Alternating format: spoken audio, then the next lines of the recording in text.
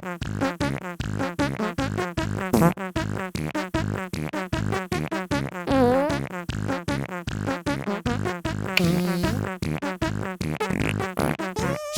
Look Back!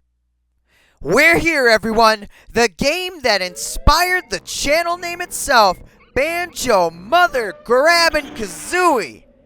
This game was a huge moment in my childhood, so I'm super excited we're here and get to review it. It's my second all-time favorite N64 game and one of my top 5 all-time favorite games. Let's start with that intro. Much in rare fashion, we're introduced to some of the cast via an amazing intro. Our main characters are playing their respective instrument. We have Banjo playing a banjo and Kazooie playing, well, a kazoo.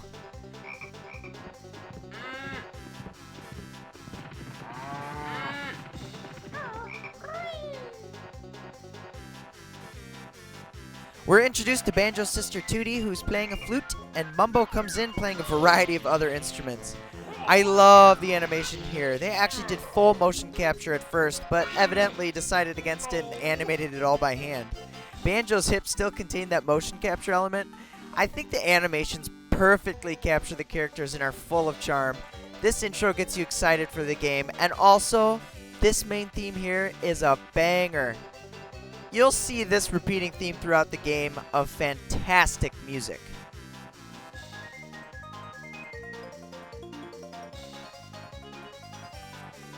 Welcome to Jiggy Look Back! Now, into the game! We start with a phenomenal cutscene that introduces the plot. Essentially, Gruntilda the Witch is asking her cauldron who the prettiest girl is, and the cauldron tells her, why you of course, but then couldn't keep its mouth shut and says, but Tootie's better! So she gets ticked and decides she's gonna suck the beauty out of Tootie. Gruntilda is immediately an iconic villain character, and throughout this whole game she rhymes every time she speaks. It's hilarious. I also like how she flicks a little booger at the beginning. Just so ridiculous. So anyways, she comes and swoops Tootie up. Banjo, being lazy, slept through it. It's only after Kazooie wakes Banjo up that they head outside to meet Bottles the Mole and learn what happened. This screaming and laughing used to scare me as a kid. Just saying. Now they have to go save Banjo's sister. And thus, the start of the game. We enter Spiral Mountain and we're greeted with some fantastic music with a very melodic banjo that captures the feel of, well, Banjo. This place is bright, vibrant, and ripe for exploring. It's got a few secrets that you get as you complete Bottle's training and learn the basics of the game.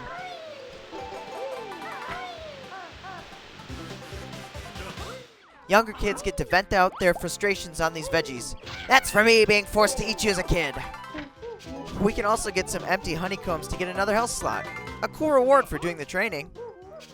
Anyways, now that we learn the basic moves, we can enter Gruntilda's lair.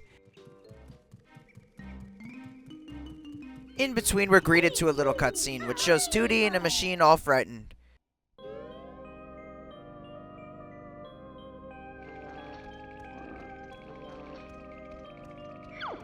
I should also mention we're introduced to Clanker, Grunty's right-hand man.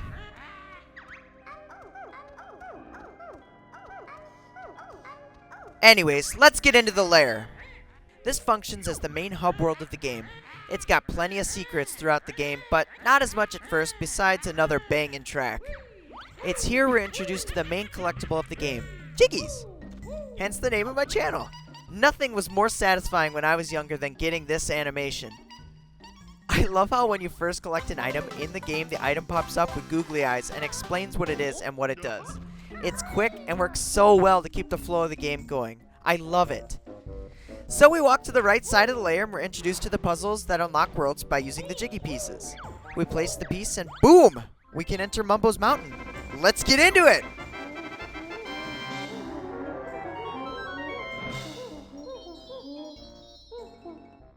Mumbo's Mountain. Immediately we're greeted with a huge area with lots of spots to explore. I've seen countless reviews and banjo level scales that never give Mumbo's Mountain the credit it deserves, at least in my opinion. This is the first world of the game, and as such has some feats to accomplish. You're still learning the basics, you have to learn a few more moves as well, and understand more items. The few moves you learn here are the Beak Buster, which is a ground pound, the ability to shoot eggs, or poop them, basically, and most importantly, the Talon Trot, which is the fastest method of movement for Banjo. You'll be using that one more than any other move, I'm sure. I don't feel like this level ever holds your hand too much. You just kind of get into it and explore and figure things out as you go. We're introduced to several new collectibles, most notably notes, which are needed to progress to new sections of the hub world, and Jinjos, of which there are 5 in each world, and once you collect them all, you get a Jiggy. I always love their happy little voices. It's just like they appreciated getting found. As for the level itself, it's broken up into a few sections. You have the entrance, the section with Conga and Chimpy, Mumbo's hut, the termite mound, and a rock structure section. Each section offering you a new move and collectibles. Did I mention the music in this stage is iconic? It just has so much personality with the little 1, 2, 3, 4. I love it so much. Grant Kirkhope, you're amazing. This is a great track, and if you guys haven't checked out his Rejiggied album, I highly recommend it. I listen to it all the time. So in each world, you have 100 notes to collect and 10 Jiggies. Here you get the Jiggies as follows. Getting Conga to throw oranges on these little switches, stealing an orange and giving it to Chimpy, hitting Conga with eggs as he throws oranges at you. You can pick up 3 in the open, collecting the 5 Jinjos, breaking a small hut with the Beak Buster, feeding this totem, and finally, transforming into a termite and entering the termite mound. On transformations, Mumbo is introduced, and he is best shaman in game. He's a fantastic character that I absolutely adore. He helps you throughout the game by transforming you in about every level into a different creature. They help break up gameplay and give you more areas to explore. Here, you're a termite. After you snag the last couple notes in the final Jiggy, you can leave the world, but I'd recommend you keep the transformation on because if we hit a grunty switch that all levels have, you can get a hub world Jiggy as the termite. So then you head further into the hub and you auto-transform back. And now, we can use the notes we gathered to move on further into the hub world. This game's intro and first world feel fairly quick if you know what you're doing, but for those uninformed who haven't played Banjo, they do a great job of explaining the basics and teaching you the importance of exploring. I just adore everything about it. I'm going to review the hub world later as we progress and unlock more of it, but as far as Mumbo's Mountain is concerned, I'm giving it a 10 out of 10, because I think it's the perfect level. I think this is the first 10 out of 10 I've given to a game level. It's fitting. I think this level deserves more recognition for what it has done. I was initially going to score it a little lower because even though I love it, it isn't my favorite level of this game. But then I thought, how can I fault it? And the answer is, I can't. The only real negative thing to say about it is it's fairly short compared to the other levels. But honestly, it's the first level, so tough. You're welcome to your opinion, but I'm going to say it's perfect. I can't imagine this world being any better other than maybe it's bigger. This time we're exploring the game's second level, Treasure Trove Cove. First, we enter a new section of the lair.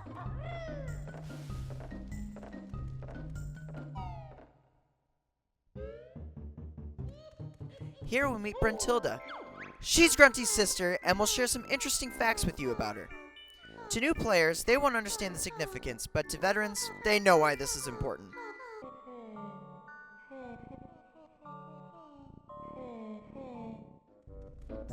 Also, we see these gorilla-like goons who I always thought were funny. We put the pieces in the puzzle, and we unlock Treasure Trove Cove.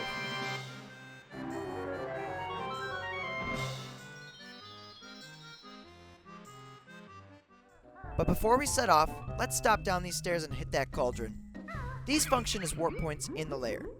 You have to match 2 cauldrons of the same color. Now we navigate to the entrance to Treasure Trove Cove, and into the level we go!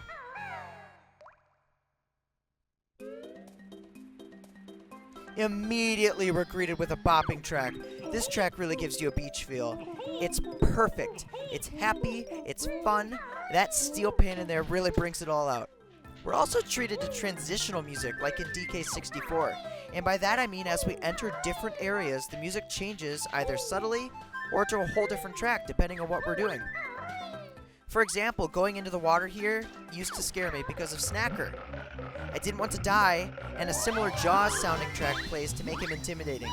The game tempts you with the Jinjo right at the beginning to get you to go into the water. Back on land, we can start really exploring. The level is divided into a few main areas. We have our entrance area, Nipper's Beach, Blubber's Ship, Leaky's Sandcastle area, the Lighthouse, and the Spiral Tower. There's a few other small places, but those are the significant ones. If we go right to our left, wow, that's such a confusing way to say that. If we go left from the entrance, we run into Nipper, a hermit crab who Kazooie honestly ticks off. Then we have to fight him. A simple 3-hit section when he has an opening, and we can go in and grab our first Jiggy. I really like the atmosphere in here, with the little puddle splashing, like he's just filled just a little bit. It's awesome. It's also bizarrely colorful in here.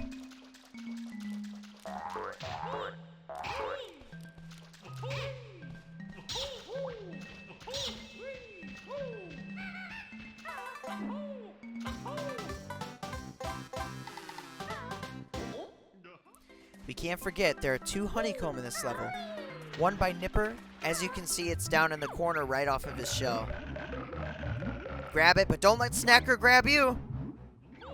No, Banjo, no! No, get away! The other honeycomb is on top of a box floating on the ocean. We find our same collectibles of 100 notes and 5 Jinjos as well. We learned some great moves on this stage in the form of these 2 pads. We have the flight pad and the spring pad. One uses red feathers, and one works as long as we stand on it. The red feather pad sends you into flight mode, and you can fly around the map searching high and low as long as you have red feathers. The other is like a super jump that launches you straight up. Moving on to the other Jiggies, besides defeating Nipper, we can drop down, hit up Leaky here. If we drop some eggs, we can fill the hole in this little bucket, and he drains the water in the sandcastle.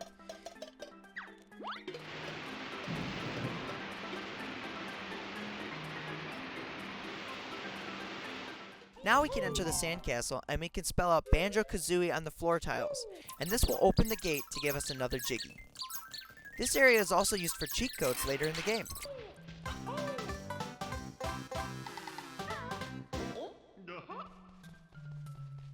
There are a few Jiggies out in the open that we can snag, like in this chest,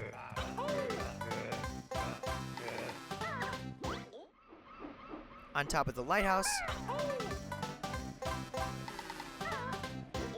at the bottom of a pool,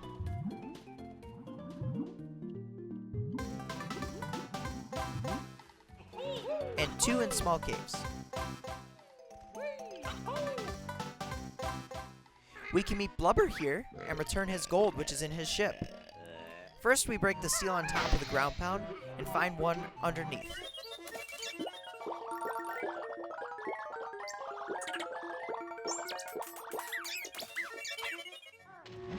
And then we can drop down to the side and enter a hole in the side of the ship, and we find another. Once we return to Blubber, we drop the gold, and he'll give us a Jiggy. We can also get a Jiggy by finding X's and ground pounding on them like a treasure hunt. I love how it's themed like the level, as well as Blubber's.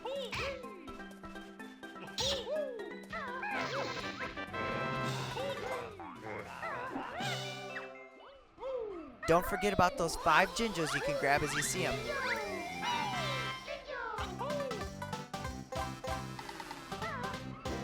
We can hit that witch switch, and boom! We've completed the level.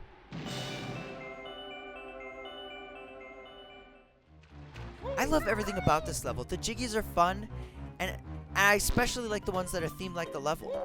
I love the new characters we meet, and just the beach feel of the whole place. The animations of all these characters are also really good. The clam enemies and crabs that come at you in particular. Also, the fact that Blubber is crying. He has so much emotion. All in all, this level is an absolute bop. It's fun from start to finish. You just want to keep exploring, especially since you learn how to fly. Giving it a rating, I'd have to give it a 10 out of 10. I love this level as well. Now I know what you're thinking. His channel's named after Banjo. He's biased. And while I do love this game, don't think I'm going to love everything like these first 2 levels. I mean, they aren't all 10s. In fact, I have some major problems with some levels coming up. But Banjo Kazooie does have some of the best level design in any platformer ever, and that's a fact. We're continuing our analysis of Banjo Kazooie. This time we're venturing into Clanker's Cavern. Yeah, I honestly have no idea why I did that. Can we just move past it? Okay, thanks. This time, there's only a small section of the layer before the level, so let's do it.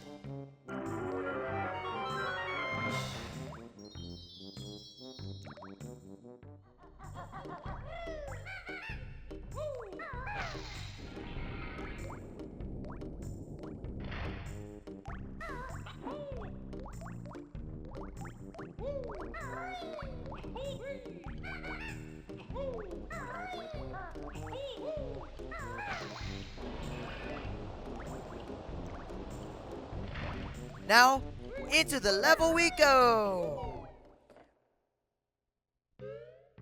We start in a pipe, and now we're greeted to probably the first kind of somber-sounding song. It still uses similar instrumentation, but the melody is sad and transitions well to underwater, which is important because you guessed it, this is a water level. We probably should talk about the aesthetic of this level. It's poopy. It looks poopy. I think it literally might be poopy, and it doesn't get much better. But I guess it's interesting and distinct by comparison to other levels. It just isn't as colorful, and I don't know. When I think of Banjo, I think of really colorful Mumbo's Mountain or Treasure Trove Cove. Something happy, Click-Clack Woods, but I digress.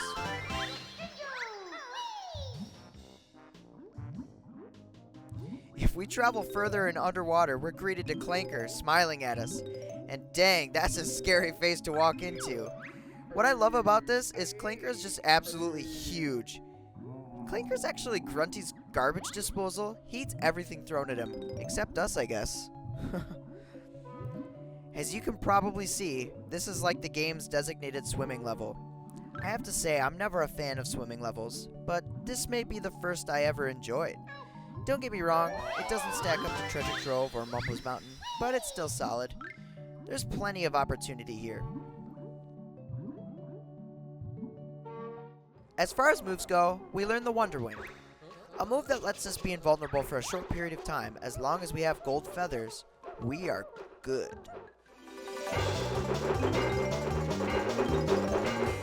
I'll summarize some of the places in this world. There is the entrance, Clanker's room, the mutant crab's room, the lock with a key holding Clanker down at the bottom, and inside Clanker, which has about 4 distinct areas. As far as jiggies are concerned, we get 1 for letting Clanker have some slack on his chain and able to get air. And don't ask me what fertiletting means. I have no idea.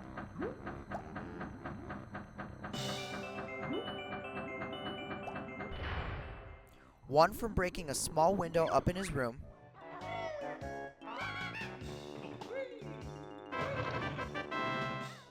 Another for riding his bolt up to a small pathway.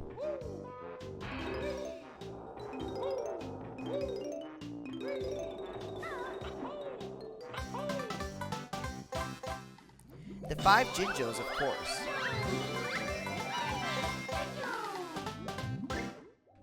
One inside a pathway underwater. We get 1 for shooting Clanker's gold teeth out. 1 for defeating the mutant crabs. And 2 jiggies for navigating to the end of a tunnel using the Wonder Wing.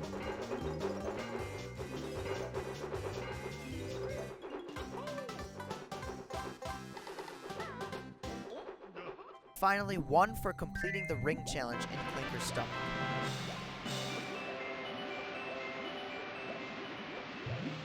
Can I just say, they did a great job of making the inside of his stomach disgusting.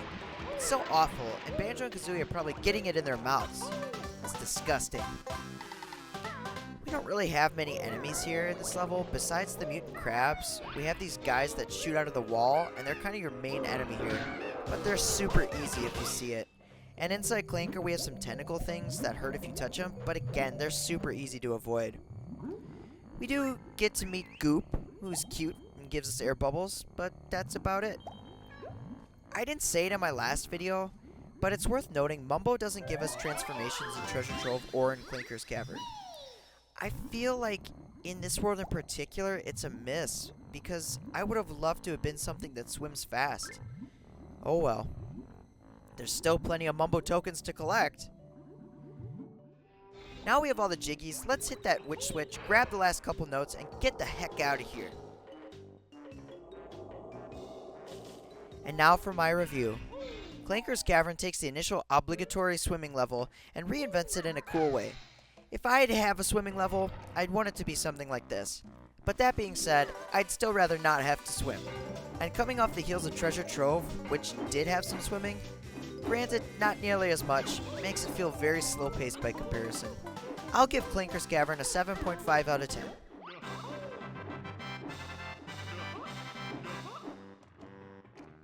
This time we're wading into Bubblegloop Swamp. Let's get at it. Before that, we open a note door and move into a room with a creepy grunty statue that scared me as a kid. Honestly, it seems like everything scared me as a kid, so whatever.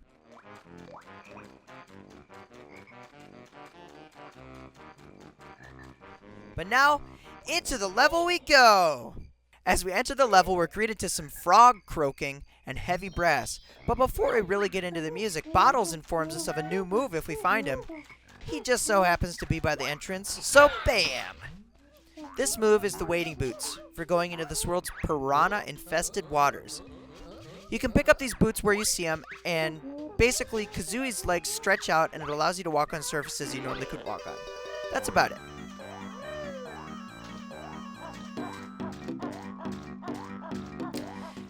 Now, back to the music. Like I said, we're greeted with frog croaks and heavy brass. We got some nice chipper xylophone and flute with some catchy melodies. It's fun. Now, I'll just let you guys in on a little secret. This may be my least favorite level of the game. And yeah, I know what's all coming. I think a bit of the thing for me is the fact most of the stage you can't really walk on without being bitten by piranhas. It just makes this feel a bit slower in my mind, even if it's not the case. The areas of this map include the entrance, Mumbo's skull, and you have a little swamp maze around it. Tanked up the turtle, you have inside his shell, the crocodile-shaped head, and then you can go inside that. You have Treetop Village that you have to climb. You have this island of frogs, and then you have this island with an egg on it. We've got a few interesting characters we're introduced to here in the level, which include our old pal Tip Top from Diddy Kong Racing. How you been, man? Also, his choir. We get a cool transformation from Mumbo in the form of an alligator.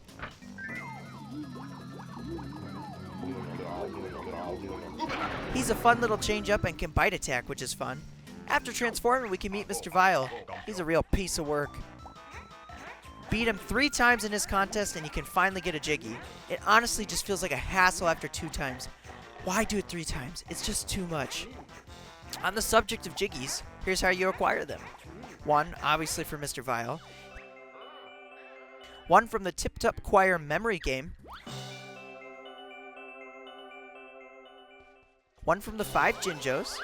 1 from shooting eggs into all of the golden gators. 1 from hit this switch and get to the end of the little pathway. 1 from ascending these tall tree things. And don't forget to hit that witch switch while you're here for that hub world Jiggy.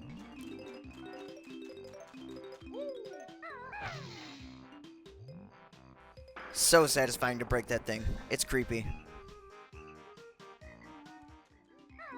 Now grab that Jiggy.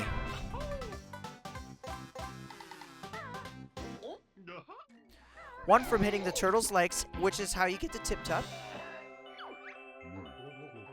1 from another switch to end of path game by Mumbo's Hut. 1 from fighting these darn frogs. Honestly, this fight is so much easier if you have golden feathers, but I unfortunately ran out and it screwed me over. But we got through it. And 1 from breaking open this stack of eggs. Honestly, this was probably my favorite Jiggy of the world. There's just something super satisfying about this. Oh, yeah. Hit it. Oh, crush it. Oh!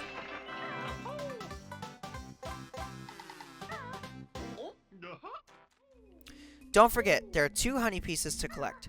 1 is by Tip Top, and the other in Mumbo's Hut. Now let's talk about the aesthetic of this world for a minute now. It's okay and fine for what it is, a swamp. It's got frogs and piranha infested water, and you turn into an alligator, which is cool. This level just, it doesn't do it for me as much, and I think it's because it's not super bright and colorful, and like I said before, it's got the piranha infested waters everywhere, so you have to traverse carefully. It also feels empty, which is probably even more of the culprit. Not a whole lot of bad guys, just like in Clankers, but at least Clanker had interesting concepts. This is just an empty swamp, not the inside of a giant garbage whale. Overall, this is probably my least favorite level in Banjo, but that being said, I still had fun, and some ideas are really cool. You're probably thinking I'm going to give it a bad score after saying that about the aesthetic, but you're wrong. Even if it isn't my favorite, this level is still pretty decent. I'm giving it a 7 out of 10. You just have to realize that a bad level in Banjo is still better than most of the platformer levels out there. It's just the way it is. We're heading into the next level, Freezeezy Peak. But before that, we have something to do in the hub world. This requires us to be the alligator, and just past the puzzle for Freezeezy, we enter a small tunnel.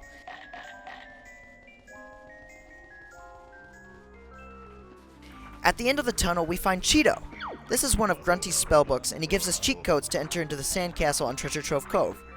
This time around, we get 200 blue eggs if we enter the passcode, increasing our count from 100.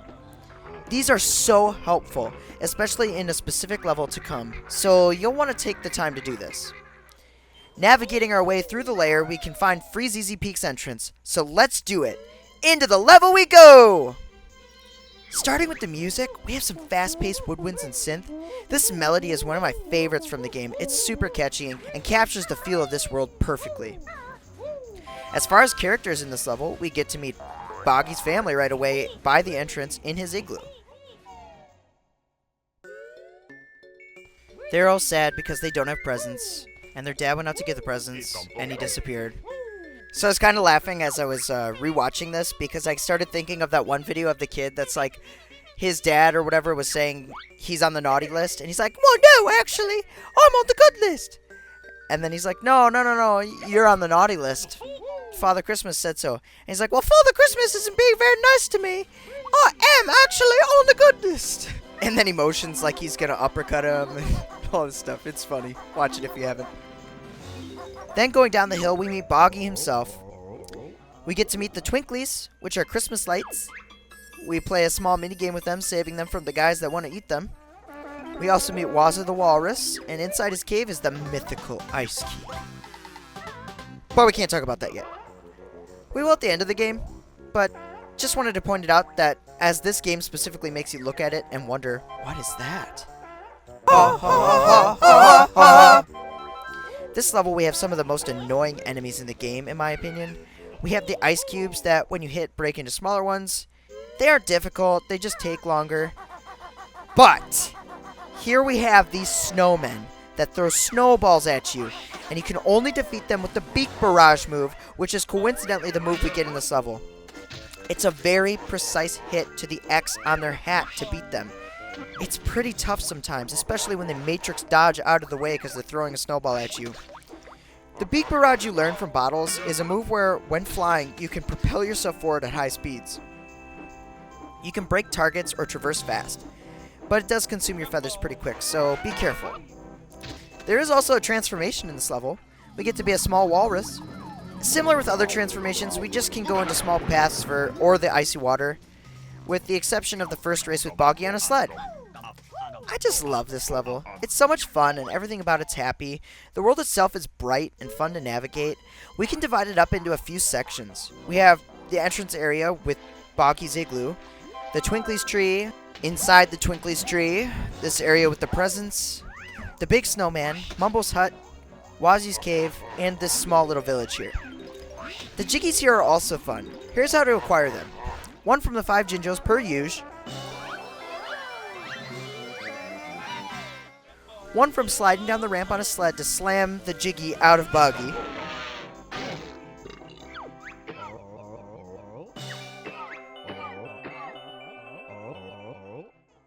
1 from getting the 3 presents to Boggy's family.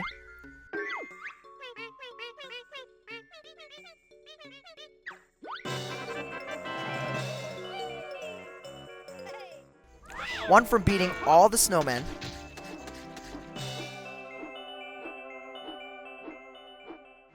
one from the inside of the giant snowman's pipe,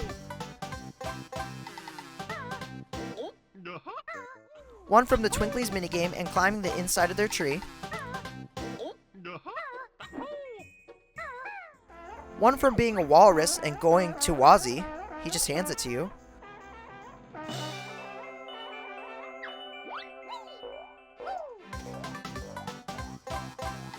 One from completing Boggy's sled race as a walrus.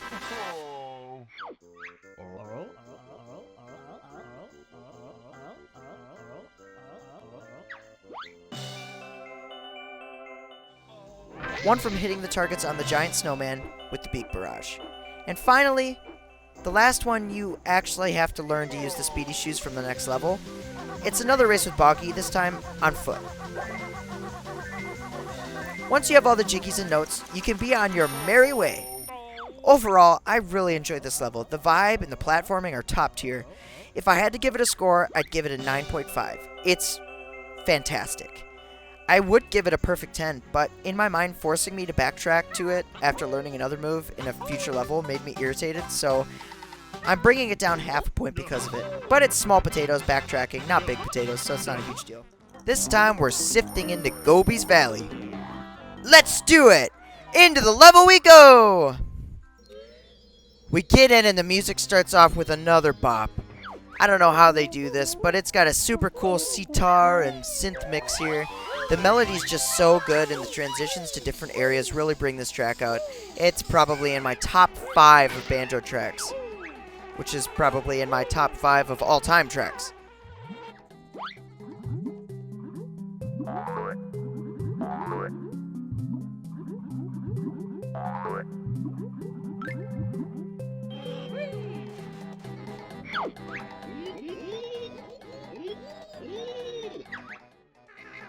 Looking into this world's aesthetic, we have a desert with an oasis and magic carpets everywhere, as well as too hot to touch sand.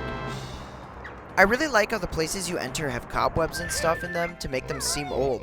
I really enjoy the look here. Makes me think I'm Brandon Fraser in The Mummy or something. As far as characters, I love their variety. We have the tree at the beginning who's thirsty, Gobi himself, we have a sphinx that looks like a giant banjo, as well as big banjo statues, and Rupee, the snake charmer. I'm gonna start a fan theory here that his pet is the same one King Jingling has in Banjo-Tooie. He totally stole it from Rupee. Pass the one around for me.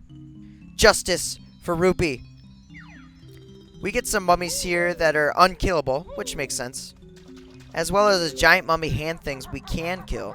And then some bugs, but this time they're desert-looking beetles. We learn one move here, and it's the Turbo Trainer Shoes. Kazooie pops these on, and you can move at super speeds for a short period of time. This map has a lot of inside the pyramid areas, so I'll just say the most important ones and bundle them together. If we divide everything up generally, the areas in this map include the entrance oasis area, the big sphinx area with an inside, the large pyramid in the middle we have to raise up that also has a maze in it, a block building we have to use the trainers to get to the top before it seals, we have the memory game building, and then some places outside for jiggies like the mummy hand we need trainers to get the jiggy, and Gobi who is chained to the ground. Speaking of jiggies, here's how you get them. We get the 5 Jinjos per usual.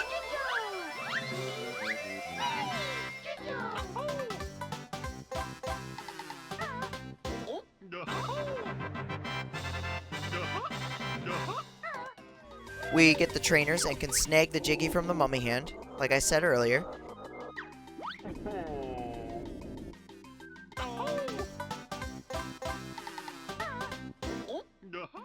We free Gobi.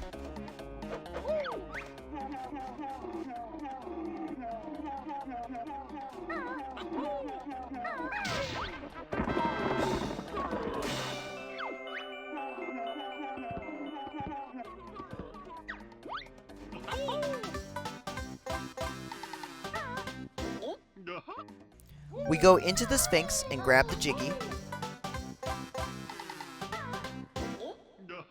We beat this memory game.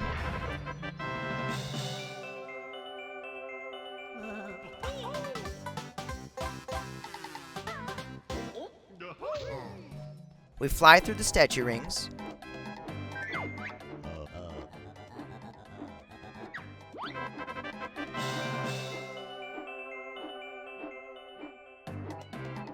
We get Gobi to water our tree friend. It's pretty funny.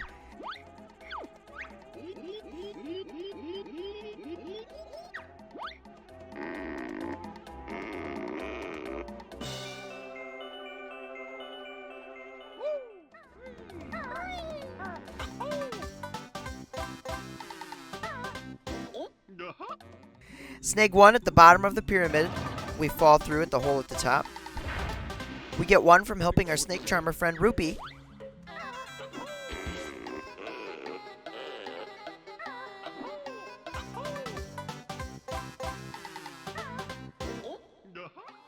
And 1 from beating the maze.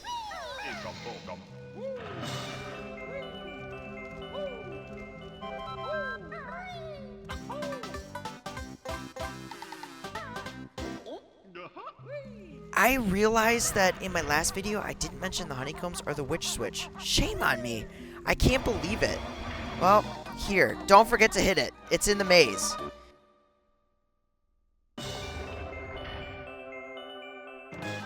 The honeycombs can be found in a cactus and the last interaction with Gobi on this small area. Well, I guess we won't be seeing him for a little while.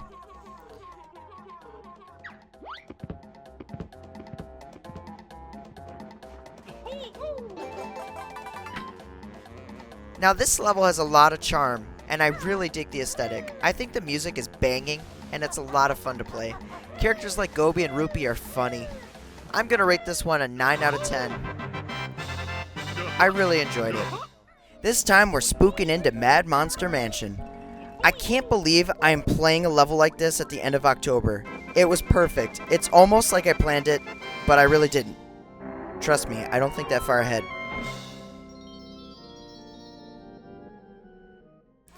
Honestly, this is one of my favorite levels of the game, so let's do it. Into the level we go!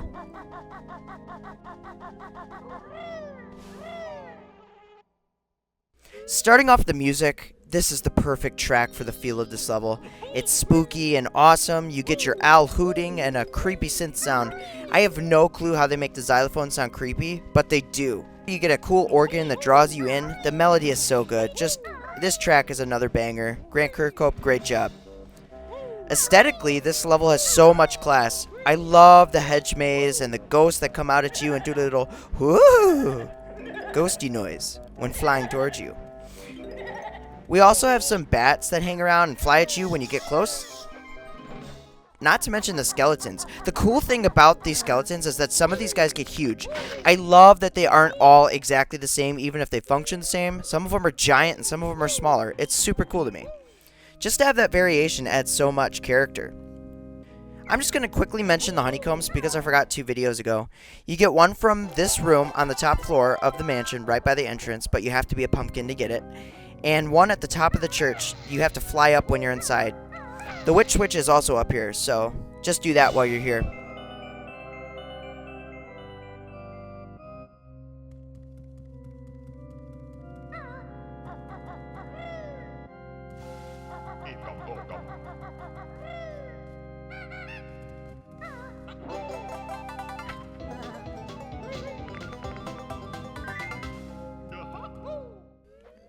As of the last level, we've acquired all the moves in the game, so there's nothing new here, and there won't be from here on out. We get a fun transformation in the form of the pumpkin, like I stated earlier. Now, I love the look of this transformation, but I wish it could do something. It's just another transformation that gets you into small pathways and such, but it does have a lot of charm, and Mumbo threatens to eat you, like... What?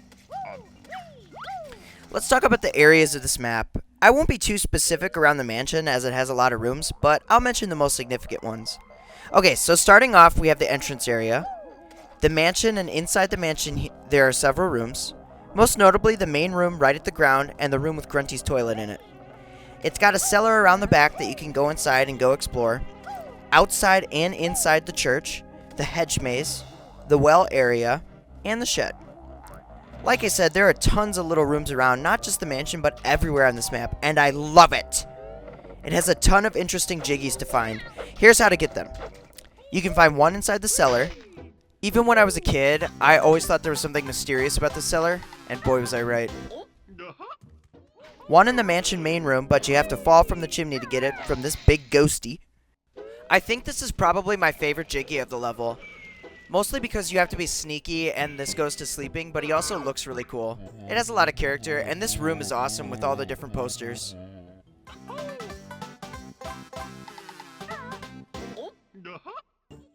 One from a minigame in the shed. This is actually probably my least favorite Jiggy to get. I don't know, I just didn't like the minigame. It's not very fun. One from climbing the church. I always love Jiggies like this too, just because you get to climb and look over the whole landscape of the level. One playing the organ with the ghost hand inside the church.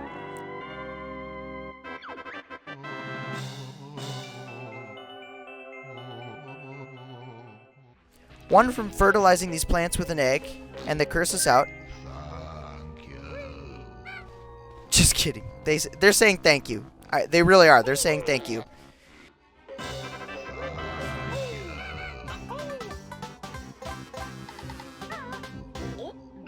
One from the bucket inside the well. And again, we have the awesome transition of the music. It goes from the normal theme of Mad Monster Mansion to an underwater version, and it's flawless and perfect. I love that kind of effect in 3D platformers. Then we can get two more Jiggies, but we have to be the pumpkin. One we can get from falling down the rain gutter. And then the other we get from being flushed down Grunty's toilet. And then we get sent to the sewage drainage area. So we're basically just moving around in Grunty's poop, which is really disgusting. It's probably more disgusting than normal poop. And then one from the Jinjos. I have always loved the creativity of this level and the atmosphere of it. It's spooky, but not too spooky that I was afraid of it as a kid. Surprisingly. Like I said, this is one of my favorite levels of the game. Reviewing it, I have to give it a 10 out of 10. It's the perfect level. It has a lot of secret areas, and you want to explore and try things to see what's behind that and whatnot. It's so good. Before we officially sign off for this video, I want to mention that you should go outside the level and break the gate to the right. Then go back into the level and make sure you're the pumpkin before you leave, and you can dip to the right in the hub world and enter this tomb.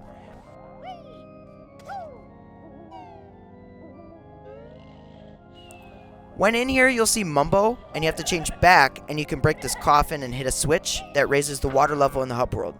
It's important to reach the next area, so I thought I'd mention it before I go.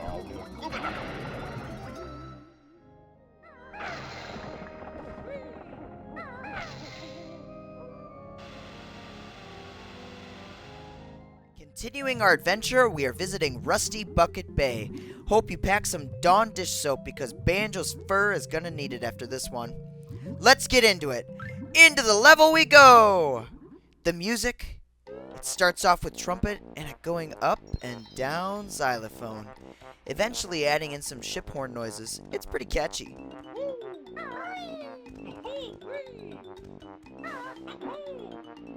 I also love how the tune changes to more of a sea shanty when inside the rooms of the ship. I'm convinced Banjo really doesn't have a bad track in the game. Moving forward into new character territory, we meet Snorkel the Dolphin, trapped underneath the ship's anchor. We also meet Boombox, a giant TNT box, and his underlings. Besides that, we have Snacker in a small area again, but that's about it. I do love that the enemies in this level are dressed like sailors. Also, the evil pipes to trick you into getting bit, thinking you can get down them. Let's get into the general areas of this map.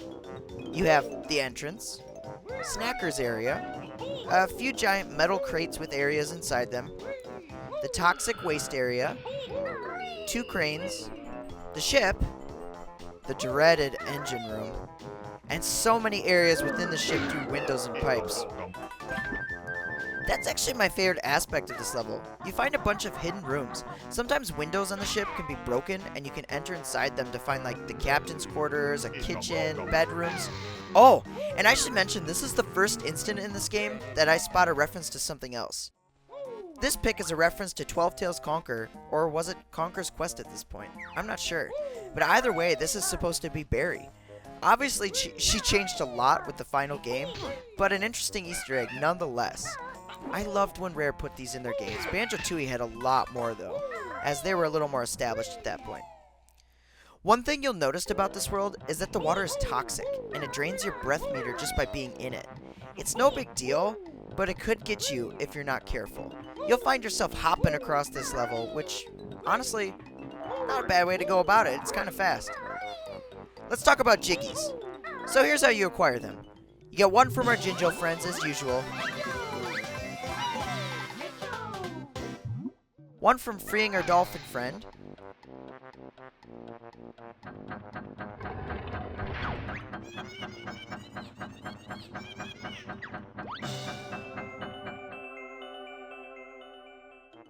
One from the captain's closet.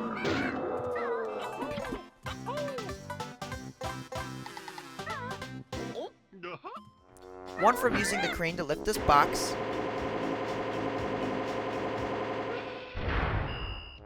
One from on top of the smokestack.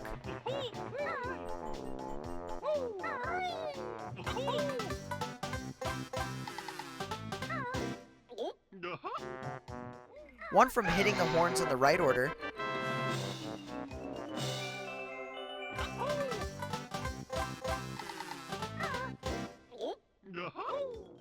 One inside a metal crate.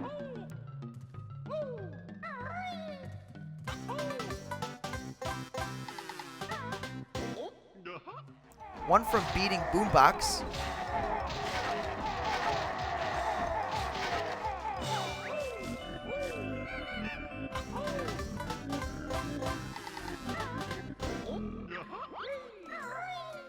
One from inside the engine room, which is probably the hardest Jiggy in the game, if I'm being honest.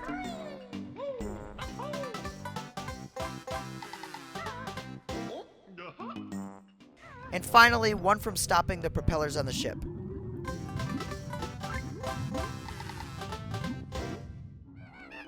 All in all, I think the engine room, with its precise timing and platforming, make this the hardest level in the game. Collecting all the notes is a pain. I recommend getting the notes in the engine room and then going for the others so you won't screw yourself at 90-something notes like I did and have to restart because you fell. It was so irritating, and I honestly did it twice, and I was like, why didn't I learn after the first time? Let's talk about those honeycombs before I forget. One is tricky to find. You can find one just before the engine room in a little pathway above the entrance.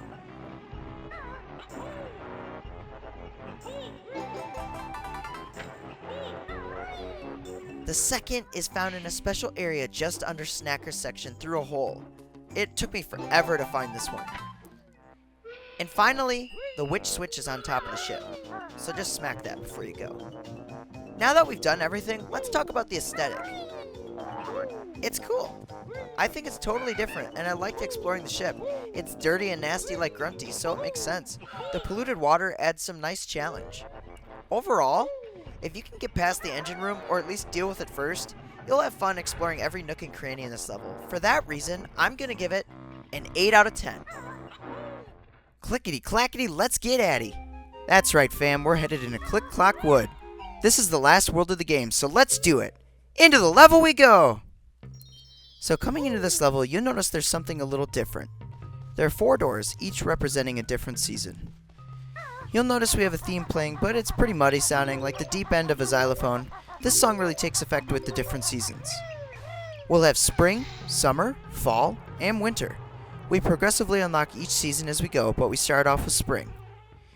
Here you get to hear the melody of the track, which remains the same in each season, just with different instrumentations to reflect the feel of the level. The melody is super catchy and happy feeling. It really does make you feel like you're exploring the woods as a kid. In springtime, you'll hear a focus on more upbeat flute playing, while in summer you'll hear more heavy brass and trombone sounds. In winter, it focuses more on a xylophone sound with some chimes coming in.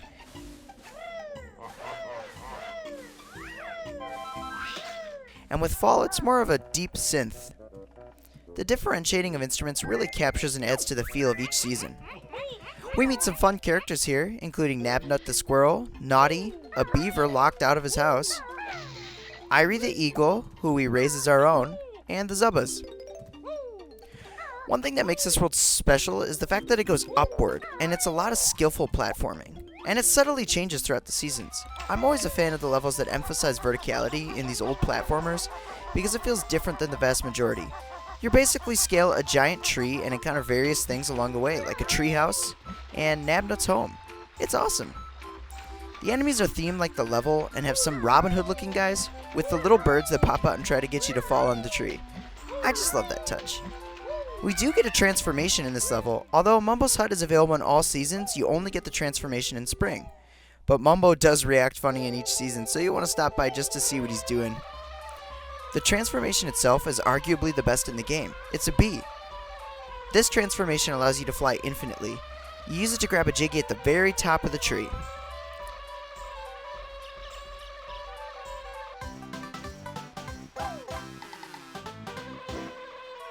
As far as the other Jiggies, here's how you get them.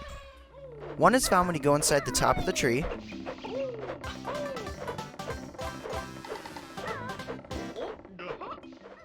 One is from fighting the Zoombas.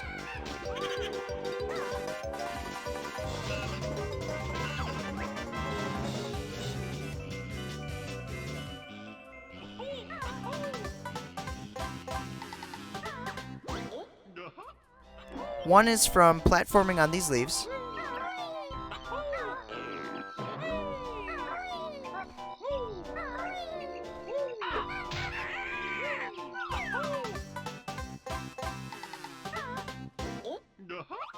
One from helping Naughty get into his house.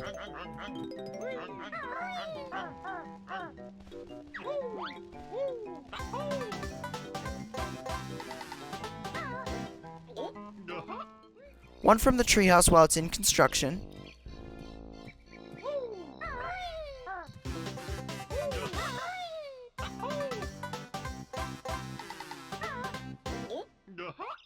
One from growing and watering this plant.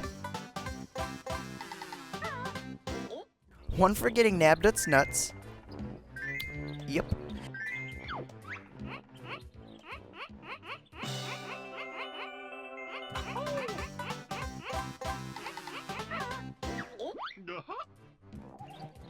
One for raising our baby eagle.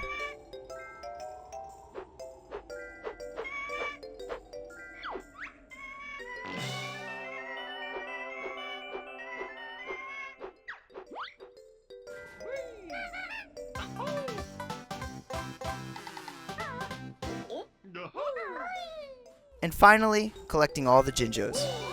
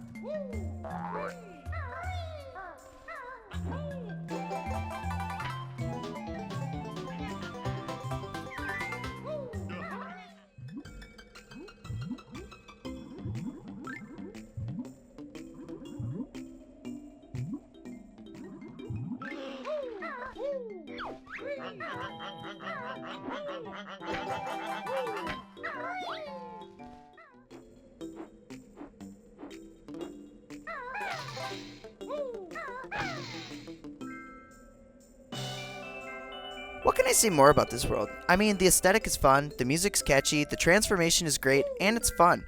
Although it can be frustrating for players not great at platforming, I think those that love it will adore this level. The time mechanic with the changing of seasons really puts it over the top and adds a certain amount of challenge and thoughtful puzzle solving. And that's why I'm giving this level a 10 out of 10. I have no negatives to say about it. Replaying it was a blast. Banjo just keeps continuing to deliver. Well, folks, we finally did it. We've reached the end of the game. The last note door we're hitting will take us to Furnace Fun, the final obstacle before facing Grunty. Let's do it! Into the furnace we go! This is a very unique section of the game. It's a game show hosted by Grunty where she asks you trivia questions. You basically walk across the bridge area one panel at a time, answer the question correctly, and you move forward. Get it wrong, and you lose a honeycomb. There are different kinds of panels. These include the eye panels, where you get a random screenshot from the game and have to answer what level it comes from. The note panels, where you'll get an audio cue from the game and have to decide what character or world it's from. The Banjo Kazooie panels, where you'll get a general question about the game. The stopwatch panel, where you have to do a random challenge that happened within the game. The skull panels, where you get a random question, but if you answer wrong, you get thrown into the lava and have to start over. The Joker panels, where you get a random question, but if you answer it right, you get 2 skips to automatically skip a panel. And finally, the Grunty panels, where Grunty asks you a trivia question about herself. Do you remember when I told you talking to Grunty's sister would help you later, and she said you'd avoid a fiery fate? Well, this is it! Brentilda was giving you answers to the questions on these panels, and they're pretty silly, if I'm being honest. I always really liked this, as it was a nice breakup of gameplay. That pretty much sums it up. If you manage to make it to the end, you can free Tootie and get a credit roll.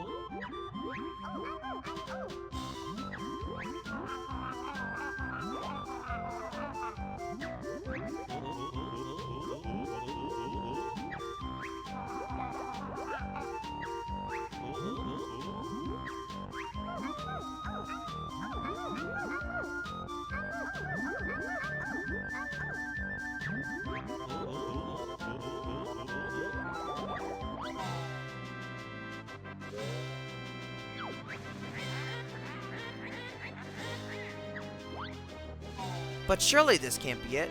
Grunty ran away. Well, you guessed it. It isn't the end, and if you collected enough notes, you can press on to Grunty.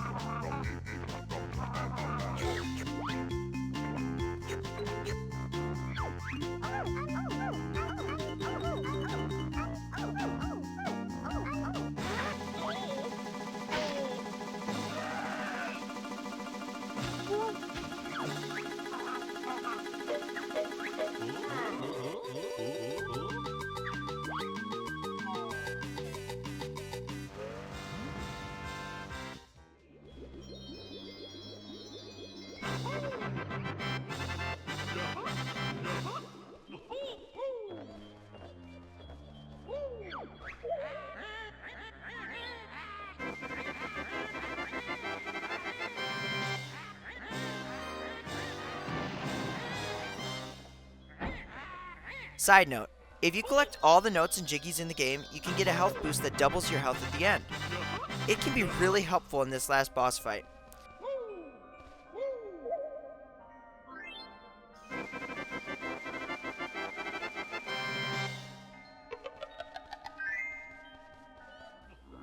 Now you hop into the cauldron and get shot up to the top of the layer. Now let's battle Grunty!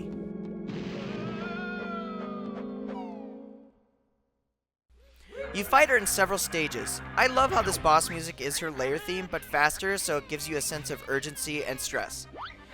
She immediately charges at you on her broom, and I just want to point out how good these animations are. I love how the broom has a big mouth, and when it stops flying, she starts smacking it like she's irritated. That's your opportunity to attack.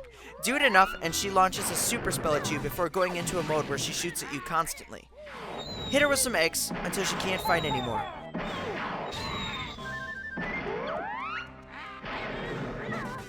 Eventually she'll go into the air, and you get some flying pads from bottles, and then you can big barrage her in the air.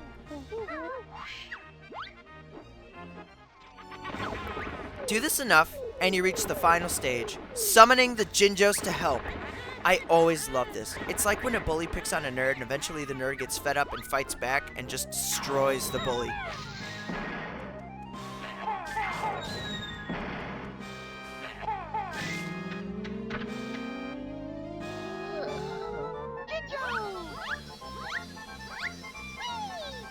Those Jinjos really show her, especially the great Jinjonator.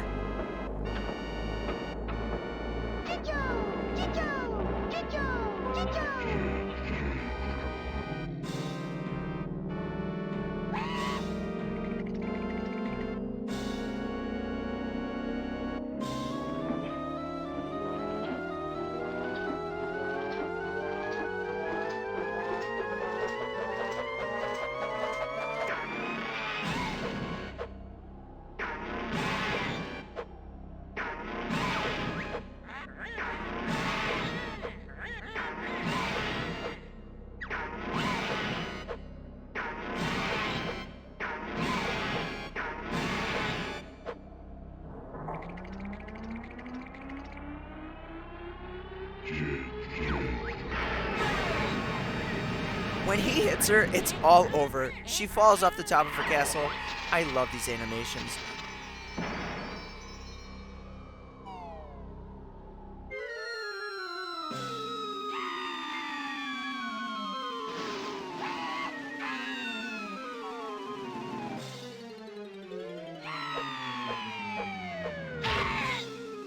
She's trapped, and Grunty is defeated.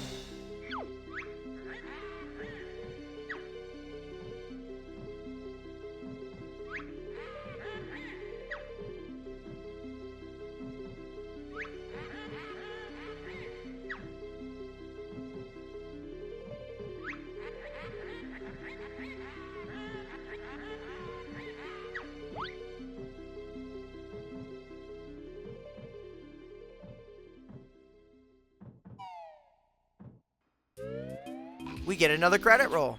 This time, since we had everything collected, it ends with Mumbo explaining the legendary mythical Stop and Swap.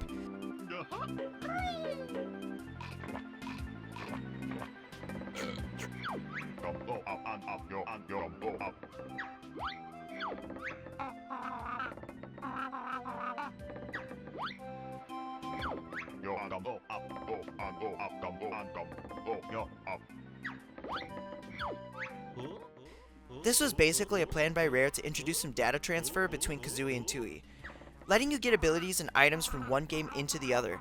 The way they wanted to do it was by utilizing the RAM on the N64, but Nintendo revamping their hardware made it impossible, so their original plan was scrapped. Thanks to some hackers though, we have the passwords to unlock the bonus egg areas, which are in a few different worlds, and we can go back to Freezeezy Peak and get that ice key. And that's it. It doesn't do anything in this game, but it does bring up a menu you can look at and boast about. And I know I did when I was a little kid on the playground. I was like, I got Stop and Swap. Even though I didn't really know what that meant anyways, I just loved having that extra menu and showing my friends when they came over. And that's it. That's the end of the game. To say this game is great is an understatement. It's a true masterpiece. Not just for its time, but for all time. So many worlds that I ranked at a 9 or higher, I just can't say that about a lot of games. And I may be nostalgic for this game, but I truly tried to look at this unbiased. The levels are really just that good. The gameplay is just that solid. You play this game, you will have fun. I'm going to give Banjo Kazooie a 9.5 out of 10 overall. Its charming, cartoony animations, iconic soundtrack, and creative level design make this game a true one-of-a-kind gem. The only downfall is note collecting can be frustrating, and one or two levels aren't quite as good as the rest. But this is no doubt a fantastic experience for anyone who's ever picked this game up, and a must-have N64 title.